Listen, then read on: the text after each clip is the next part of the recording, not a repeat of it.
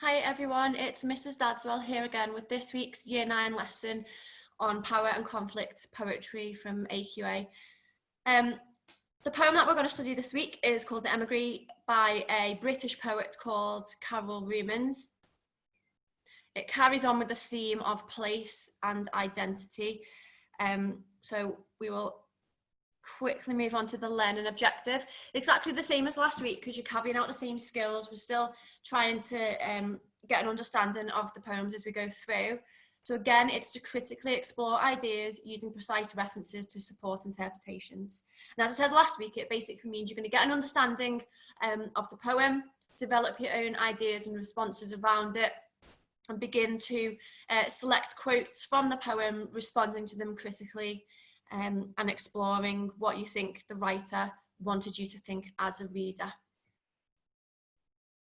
Okay, doing our activity, look at the image of the house in the middle of the screen, and I want you to have a think about these 4 questions. Remember last week I said that you're going to have to start and stop as we go through the lesson, and that's fine. I'm just going to go through it at my own pace. So, looking at the image of the house in the middle of the screen, how did you feel about your home country as a child? What images or memories can you think of? How do you now view your home country? And what do you see now that you didn't when you were younger? So it's about trying to connect with those memories that you might have from your home country as a child and reflecting on how your ideas or perceptions of it might have changed as you've gotten older.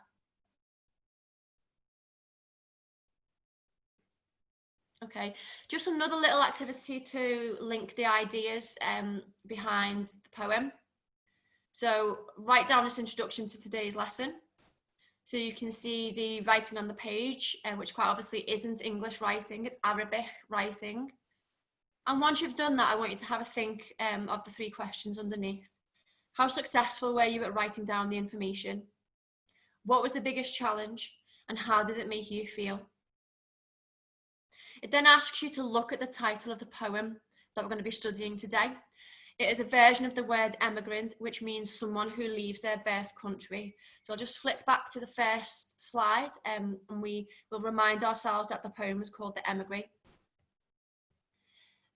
It is a version of the word emigrant, but it is believed that because Carol Reumans chose the word emigree, it's an indication that it is a female emigrant, that she has written the poet from their perspective.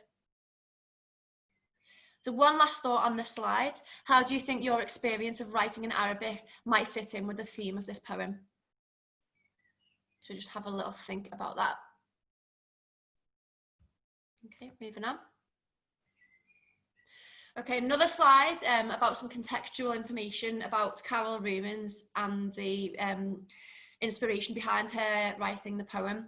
As I said last lesson, it's really important that you both know and remember some of this information because it will help you to get into the mindset of the writer a little bit more. So I'm going to leave you to read the information in the box on the left yourself, but I'm just going to point you to the information on the right in the green box. So it's quite a well-known misconception that people read the poem and think that it's written from the point of view of Carol Reumans. So they make the assumption that she's actually not British, not English, and that she is actually an immigrant herself, but it's incorrect. So she is a British poet, and despite some people believing that she was an immigrant, she was actually born in London. She's a lecturer and a translator, and she has travelled very widely to different countries. So this might be what has influenced her ideas and her perceptions with this poem. She often does write about foreign customs, cultures and experiences rather than her own experiences. So we know that this is not from her point of view. She's written it from the point of view of somebody else.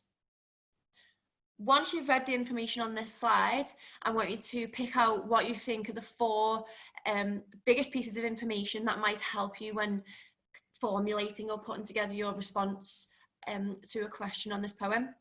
And I want you to bullet point them on your page. Okay, moving on. Exactly the same as last lesson, just a little introduction to some of the language that you might find tricky or challenging. So the words for this week are tyrants, branded, frontiers, hollow, and docile. Have a look at the column, the first empty column. So you need to use a dictionary or a website like dictionary.com to find the meaning of the words. Then I want you to get the quote from the poem. So try and put it into context a little bit. And then I want you to have a think about what you think the quote means. What is your understanding of it? And this might help you to get a little bit more information or a little bit more of an idea as a precursor to reading the poem. Okay, we're going to read through the poem in a second, or I'm going to read through the poem in a second. But just remind yourself on the right, read the poem through slowly once and make some notes around your initial ideas.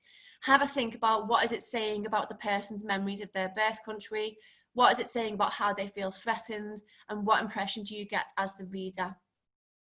Don't worry if you read through this the first time. I will just add that it's one of the harder poems from the anthology, so you might read through it and feel a bit confused or worried that you haven't understood it or a little bit overwhelmed. Have a go and see if you can form some sort of response to those 3 questions. But if you can't and you're struggling with it, don't worry at all. We will help you out with that on the next slide. You can listen to it being read on a short YouTube video, and this is just this link down here on the right-hand side, but I'm going to read through it now for you to hear. So there once was a country. I left it as a child, but my memory of it is sunlight clear, for it seems I never saw it in that November, which I am told comes to the mildest city. The worst news I receive of it cannot break my original view, the bright filled paperweight. It may be at war, it may be sick with tyrants, but I am branded by an impression of sunlight. The white streets of that city, the graceful slopes glow even clearer as time rolls, its tanks and the frontiers rise between us, close like waves. That child's vocabulary I carried here like a hollow doll opens and spills a grammar. Soon I shall have every coloured molecule of it. It may by now be a lie, banned by the state, but I can't get it off my tongue. It tastes of sunlight. I have no passport. There's no way back at all, but my city comes to me in its own white plane. It lies down in front of me, docile as paper.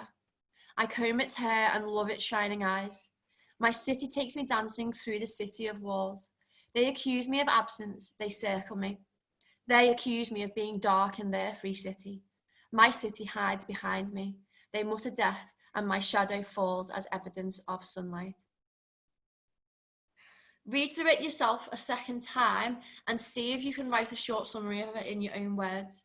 But as I said, it's a little bit different because it's much harder than last week's poem. So if you can't do those activities, move straight on to the next slide and maybe come back to this slide and see if you can do those activities afterwards. So I thought it is really important this week to put this help in there because it's such a difficult poem. So a little summary of each of the stanzas. So the first stanza basically means there once was a country. I left it as a child, but I remember it really well. I never saw it in difficult times that every place experiences.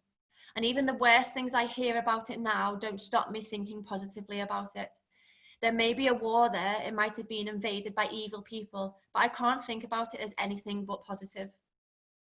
The second stanza, the white streets of the city, the slopes, and they glow even brighter as time goes by. So this will be her memories of it as she's thinking about it. And she's saying as time goes on, her memories are becoming even brighter and more positive about it. And there are divisions between that place and the place I am in now. The childish vocabulary, the words I learned as a child, I've brought with me and they come out at times. That language is banned in that city now, but I can't stop speaking it. It's an amazing place. And then stanza 3, I don't have a passport, I can't go back, but my memories stay with me. The city maybe revisits me in newspaper articles or just my memories. I dance through the city in my mind. Now in brackets here, I've put that it's a bit uncertain.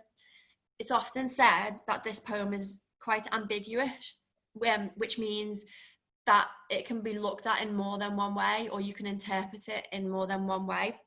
So where it's talking about the white plane, some people think it's talking about newspaper articles, so she's reading about her city in newspapers, or some people think it's just innocent memories that she has. And that's up to you to make your own interpretation of that, I guess. So it says, they accuse me for not being there. They persecute me, they want to kill me, but I still feel positively about the place. Again, it's quite ambiguous. We don't know who they are. And it says at the bottom, there are lots of unanswered questions in this poem. It is not always clear who or where Carol Rumens is talking about, and it is believed this is intentional so that as many people as possible who might have had a similar experience can relate to it. So whereas we might have a lot of questions about it, it might actually resonate more with somebody who has been an immigrant and has travelled to somewhere like a different country to live in order for their own safety, or to have to start a new life because of the life that they had in the place that they were born. I hope that's helped you a little bit more to understand it. I would spend a little bit of time going between this slide and the previous slide. And again, if you didn't answer the questions on the right-hand side before, see if you can do it now. Okay. So a little activity here. We've got the poem on the left, which you'll have read a couple of times by now. It says on the right, this poem communicates feelings rather than a story or description. These feelings are often mixed, reflecting the conflict that the speaker feels. So the bronze activity on the right-hand side is to make a list of the words or phrases that fit into the categories below and comment on their effect on the reader. So you're looking for any negative words. Think about what effect they're going to have on the reader, any positive words, and any words that have been repeated throughout. For example, you might pick out that the word sunlight is repeated at the end of each of these stanzas here. So what is that going to make the reader think, and how is it going to make them feel? Even if you're doing the silver and gold activities, you do need to start off by completing this activity, please, because the following activities link on from this. If you're just doing bronze, then just stick with this activity, please. Okay, so everybody will have done the last activity. If you're completing the silver level of challenge, then you need to complete the first box on the right-hand side. So go back to the words that you've chosen on the list that you've made, or the table that you've completed. And it says which of the words you have chosen show that the city is ideal. The city she left is plagued by conflict. Her affectionate and possessive feelings towards her home city. And then any words that show that there is a sense of threat. So you're going to divide those words up a little bit more into these sections. Again, if you're doing gold, you need to complete the silver activity as well. And then finally, the gold activity is to answer the question, is there a change in the number of positive and negative words as the poem progresses? So we're starting to touch a little bit on structure here. So does it start off more positive or more negative, and how does that change as the poem progresses? And why do you think that is, and what sort of feelings is that going to create for the reader?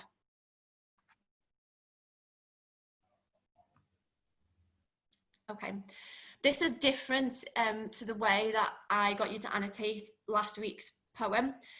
Because it's a difficult poem and it's really ambiguous, I thought it was more important that you were going to annotate this poem correctly, so that there was no room for misconceptions or misunderstandings with it.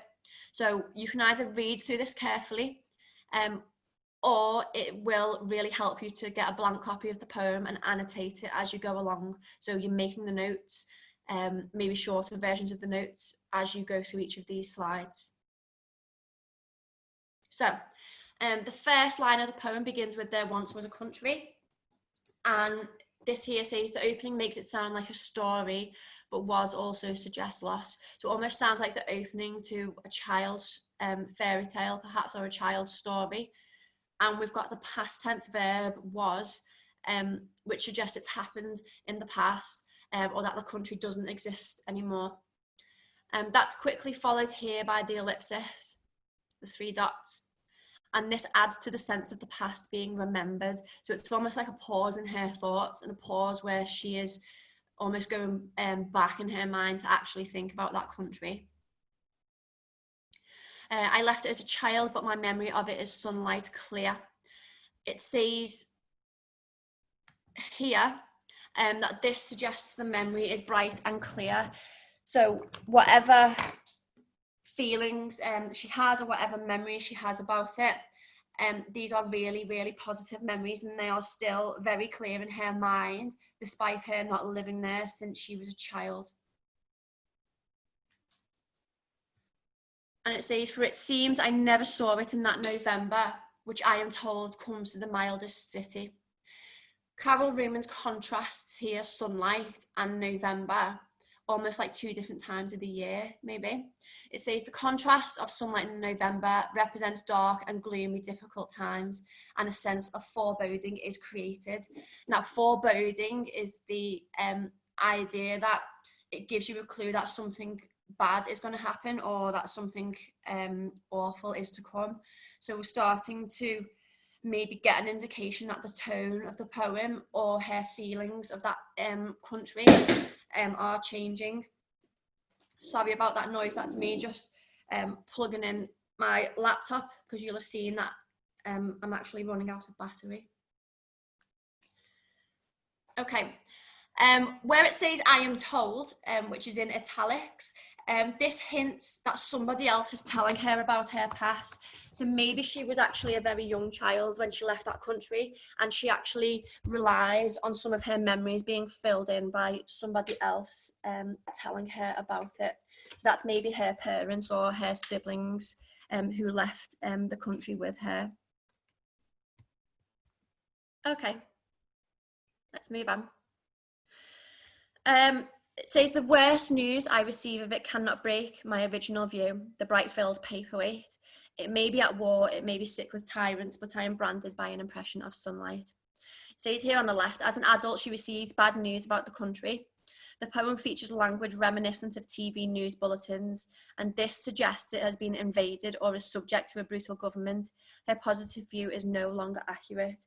So the idea that there is a war or conflict in the country, and it saddens her to hear about that news, because she loves her country so much, and she doesn't want to think about the country or her memories of it being destroyed. We've got the metaphor of the bright-filled paperweight. It says here, this suggests her memories are bright and positive, but also solid and fixed.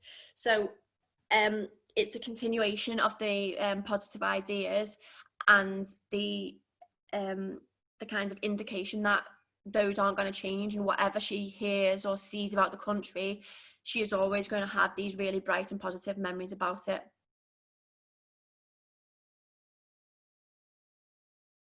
Okay, we've got the metaphor where it says that she is branded by an impression of sunlight. Branded as in the idea of being permanently marked by something. So it says branded reinforces the idea of her view as unchangeable, and she is marked by it. Again, she's just never going to change that positive feeling she has towards her country. And then, as I pointed out earlier, we've got the repetition of this word sunlight at the end of the stanza. And it says the repeated references to sunlight suggest the speaker has an idealized, almost dreamlike picture of the past where it is always sunny. So despite whatever she finds out or whatever she reveals in each of these stanzas, as it gets more negative, it's always going to end with the sunlight. So she's always going to put a positive spin on it. Okay. The white streets of that city, the graceful slopes glow even clearer as time rolls its tanks, and the frontiers rise between us, close like waves. It says here, this initial description makes the city sound pure and almost heavenly, reinforcing the idea of sunlight and clear memories. Alliteration of graceful and glow kind of emphasizes the idea of it being pure and heavenly. So again, she's almost looking at it even more positively, even though she is seeing or hearing more negative things about it. Okay, we've got the personification of time. So time is seen as an enemy here. So it's comparing it to the tanks of the war-torn streets that she now knows are there in the country that she is from. So she maybe is worried that as time goes on, it's going to become more negative, or more awful things are going to happen there. So maybe she's starting to waver in her positivity a little bit here. You might not agree with that, but it's completely your interpretation of it as well as mine. Okay, we've got the simile here, close like waves. It suggests how close she feels to the city. Even as barriers are put up, the memories seep through like water through cracks. So maybe where I said here that she's starting to waver with her positivity a little bit, this is actually the idea that even though she's started to feel a bit negative about it, that positivity is still there, like seeping through the cracks, and still coming back to her the more she thinks about it. Just linking to a little bit earlier in the lesson, it says that city is never identified so that it can stand for any place that anyone once loved. As we age, we all, in a sense, become exiles from the land of our childhood, a land that is filled with bright, unreachable memories that glow even clearer as time moves on. So it's this idea that as children, we view everything really positively and really innocently. And as we get older, we start to almost see the reality of things, and see that it's not all rosy and bright and sunny. What she doesn't have here is the ability to go back to that city and see it for what it is now. So she's still got these really positive childhood memories of it, and that's why she doesn't want them to change. Okay, so it says that child's vocabulary I carried here like a hollow doll opens and spills a grammar. Soon I shall have every coloured molecule of it. It may by now be a lie banned by the state, but I can't get it off my tongue. It tastes of sunlight. So the first thing here, the child's vocabulary. She seems to be referring to the language of her childhood that she carries with her to her new country. The simile of the hollow doll suggests that it was smuggled or concealed. So it sounds like this language of her home country is something that she does cherish. Maybe it's the one thing that she sees that she can keep alive from that country, or like bring forward from it for herself. It says here that it almost like she remembers it, and it spills out of her every now and then, and goes on to the next idea that this language might now be a line and might actually be banned by the state. So it says the language is returning to her. Sorry, I've missed a line out there. Let me go to this line here. Soon I shall have every coloured molecule of it. So it says the language is returning to her. Colours molecule reflects the brightness of the memories that are so precious to her. So that links with what I've just said, that this memory, the language does hold very positive memories for her, and it's something that she is going to cherish because it's the one thing she's brought from that country for herself. And then we move on to where it says that it might be now be a lie and banned by the state. So it says it's another reference to the current state of the city. She is remembering a language that is now suppressed by those who rule it. So it's a language that nobody speaks there anymore. She goes on to say that she can't get it off her tongue, so it's as fixed as her memories are, and it's almost like her refusal or her fight to continue to speak that language, despite the people who still live in the country not being able to speak it. And then again, we end with this idea of sunlight. So despite all this negativity that she's talked about in the opening of the stanza, she's ending with the positivity. So she's still going to go forward from this thinking really positively about it. Okay.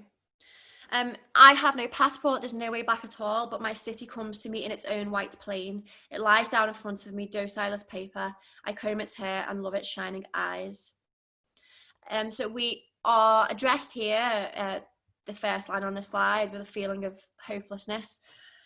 So it suggests that she does want to go back there, but she has absolutely no way of going back there because she doesn't have the paperwork, the passport to be able to do it. So this is something that might fill her with sadness or regret or disappointment, perhaps. As I discussed earlier on, and we've got this idea of the white plane. Now, I mentioned about some people feeling that the poem is quite ambiguous, so there's lots of interpretations of it. So some people will feel that the white plane is her memories of it, like really innocent memories that she has of it. And some people might feel that the white plane refers to the newspaper articles. So she revisits the city in her mind through reading newspaper articles about it, because of course it's going to be in the news with the conflict and the war that's happening there. We've got the key image here where she combs its hair and loves its shining eyes. Have a think about what it suggests about the speaker's relationship with the city. What's she doing? What's she treating it like? And what does that tell us about how she feels? And then here at the bottom, it's just a little bit of extra reading for you to complete. So you can go through that in your own time.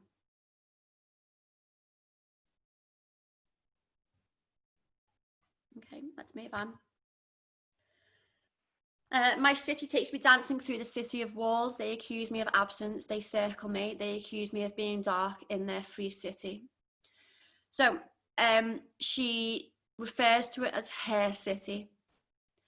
And this shows that she is almost personifying it in her own memories. She feels that it belongs to her, and she feels like it has a very solid place in her memories. She, through personifying it, she talks about how her city takes her dancing through the streets and past the walls that she might remember as a child. So this, again, is a really positive spin on it. It says here that it suggests freedom, vitality, and the joy of dancing. We've got the contrast here where it talks about the city of walls and the free city. And it says here, she sees the city as restricted, but they see it as their free city.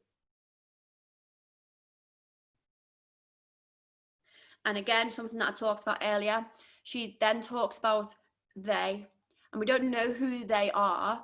We might have our own interpretations of it. You might come up with your own ideas or opinions on it, but it's very ambiguous. And again, it's the belief that it leaves it open for interpretation so that people reading the poem who've been through this themselves can relate it to their own experiences. So it says it is not clear who they are, but they are threatening. The repetition of accuse reinforces their threat to the speaker as they circle her, and her absence is presented as an accusation. So maybe it's a suggestion here that she is talking about the people maybe that are still in the city who might accuse her of being absent, or maybe the they is the people in the new country that she's in, accusing her of being absent in her positivity and memories of this new country and being too much present in her past. And then we've got the adjective dark here. It says it contrasts with the brightness she associates with her old city. Here, though, it is she who is dark. So this is an indication that she doesn't feel as bright and positive and free in the country or the city that she's currently in.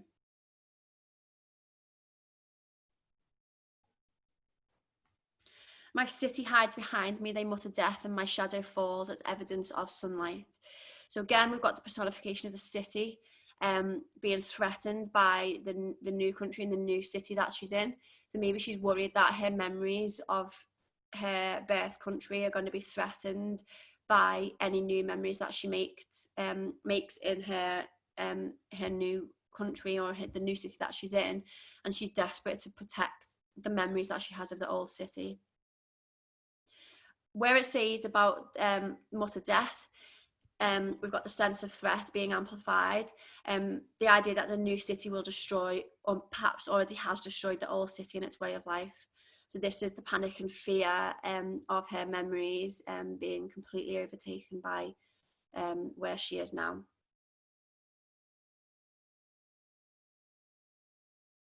Okay, we've got an oxymoron here where we are talking about death, we're talking about shadows, so the idea of things that are dark.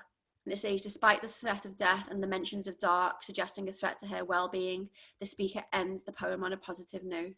Even the darkness of her shadow is a reminder of the sunlight that once was, and she will not give up her memories.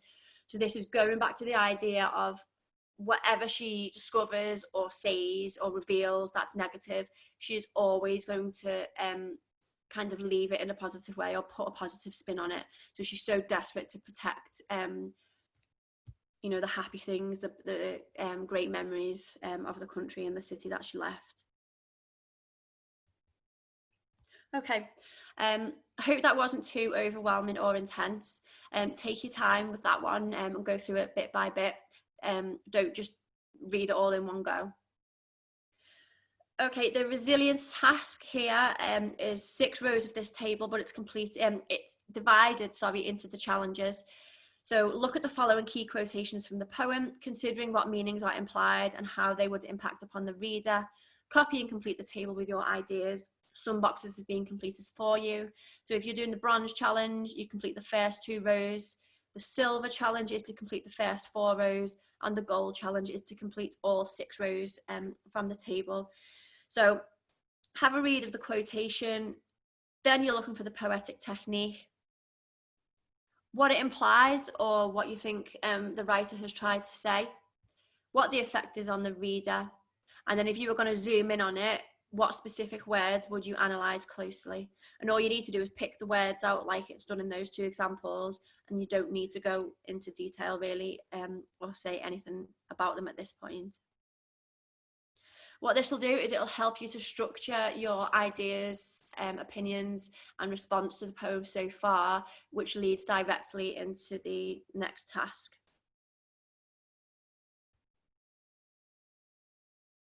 Okay, on your own, turn your grid into analytical paragraphs. These are your PSL paragraphs. I'm not sure why the writing's gone really small there, sorry about that. So it says, using the information you've already found, answer the question, how does Carol Rumens present her feelings about the Emigree's city of birth? I'm just going to zoom out here because for some reason, these boxes have all gone out of shape. So it says the bronze task is to complete 2 full PSL paragraphs. At a minimum, they must include P. Silver is to complete 3 full PSL paragraphs. At a minimum, they must include point, evidence, explain, and zoom. And for some reason, the gold bit is just missing off the bottom, but it should be present when you download the lesson yourself.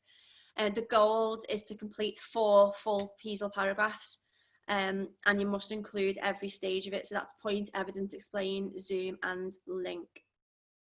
So sorry that's missing off the bottom. I'm not quite sure why it's done that.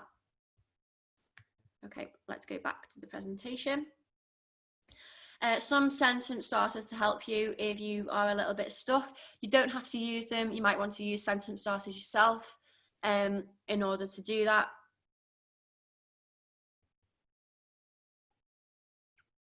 And then just to finish off is your next step. So have a look at some of the GCSE criteria at the end. Look at the bullet points here, and these are the things that you are expected to achieve when you're writing about the poems. So have a read through even just one of your paragraphs and write what went well and a next step for yourself using this information here to help you.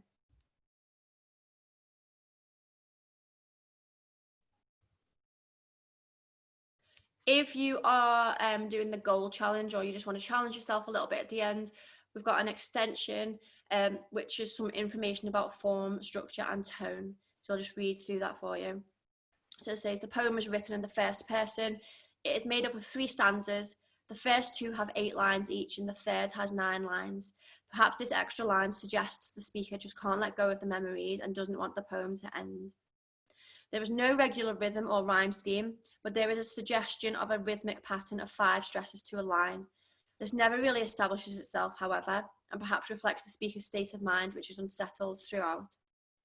The first 2 stanzas contain lots of enjambment, but there's more end stopping in the final stanza, perhaps reflecting the speaker's feeling of confinement in the new city. Remember, enjambment is the idea that the writer's ideas or the writer's thoughts flow from one line to another without punctuation, without there being a need for a stop. The speaker's memory of the city grows and solidifies as the poem moves on until the city is personified in the final stanza. Each stanza ends with sunlight, emphasizing the positive way the speaker feels about the city.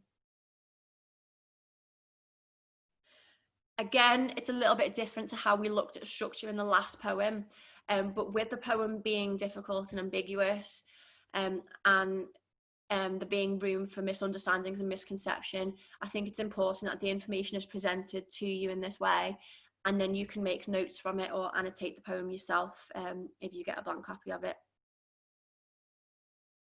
Okay, it feels like a lot of information is being shared this lesson, so I hope it hasn't been too much, and I really hope that you haven't been overwhelmed by it.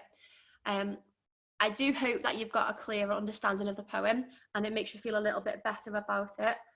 But obviously, if you've got any questions or you're stuck, then you can always email or message your class teacher on ePraise, who will be able to help you with it even more. Thank you for listening. Bye, guys.